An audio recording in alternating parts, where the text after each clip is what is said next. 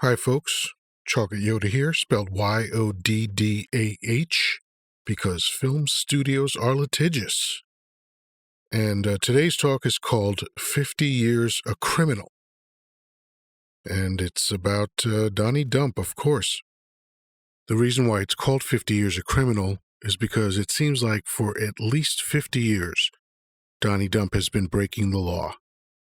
Back in October of 1973, the Justice Department basically charged Dump with racist real estate practices. It was his father, Fred Dump, Donnie Dump, and Dump Management. And it was all settled, and Dump tried to countersue, actually, for $100 million for false allegations. But they had him dead to rights. I mean, it was a sting operation. They sent black people to try and get apartments that were listed as available, and they never could get in. And so it was obvious that way back when, Dump was engaging in racism.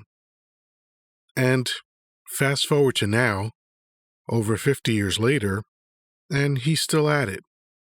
I mean, at this point, though, his crimes have become laughable. I mean, they're still crimes, alleged crimes, but they are laughable. I mean, he's about to get a visit from the SEC because he's got Russians backing his company, pumping up the value of the company falsely.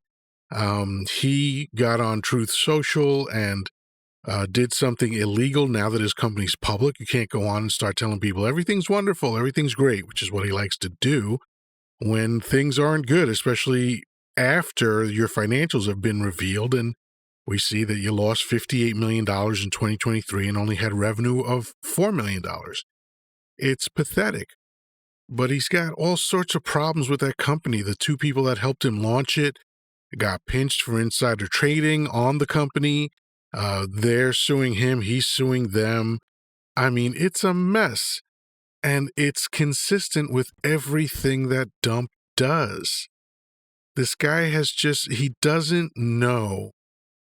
He doesn't have the capacity as a human being to do things in an honest way. Whatever mechanism that is for most human beings is just totally absent in Donnie Dump. He does not have honesty in any way in his psyche. He lies about everything, even when there's no upside to the lie. Like a post I did recently talking about lying, about talking to the family of a murdered girl. Like, you could have said everything that you had to say without mentioning that you talked to the family. There was zero upside for mentioning that and only downside for being discovered as a liar once again. And you just make yourself look terrible for no reason. I think he is just an inveterate liar. He can't help himself. He can't stop himself. Even if he wants to stop himself, I don't think he can. I don't think he has the ability to tell the truth. It's crazy. And it's been going on for at least 50 years. I'm guessing he's been like this his whole life. I mean, Captain Bone Spurs lied about, what was wrong with him to get out of the military and, lied about the schools he went to and why he got in. It's all just pathetic. I think this guy is just a lifelong liar, like just incapable of uttering the truth out of his mouth. And I think the only time he tells the truth is by accident. I don't really think he knows how to tell the truth. I think he believes that the only way he can succeed in life is by a constant stream of lies and deceptions, half-truths and full lies. Like, he just doesn't know how to communicate without lying. He doesn't know how to succeed without lying. He doesn't know how to operate without lying. it's just the most wild thing I've ever seen. And, you know, when he got on Truth Social and said everything was great with his company, now that it's a public company, what he's doing is illegal.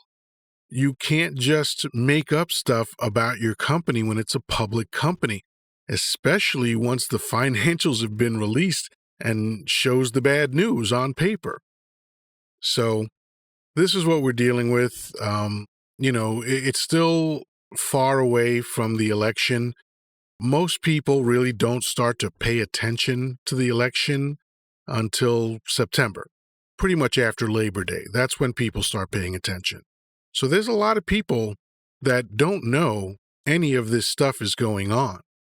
And thankfully, the Biden campaign is being very aggressive in their messaging, and they're just not holding back. They're letting people know that this guy's garbage, and more people are going to start seeing this. And I have a feeling that this is going to be a complete humiliation in November.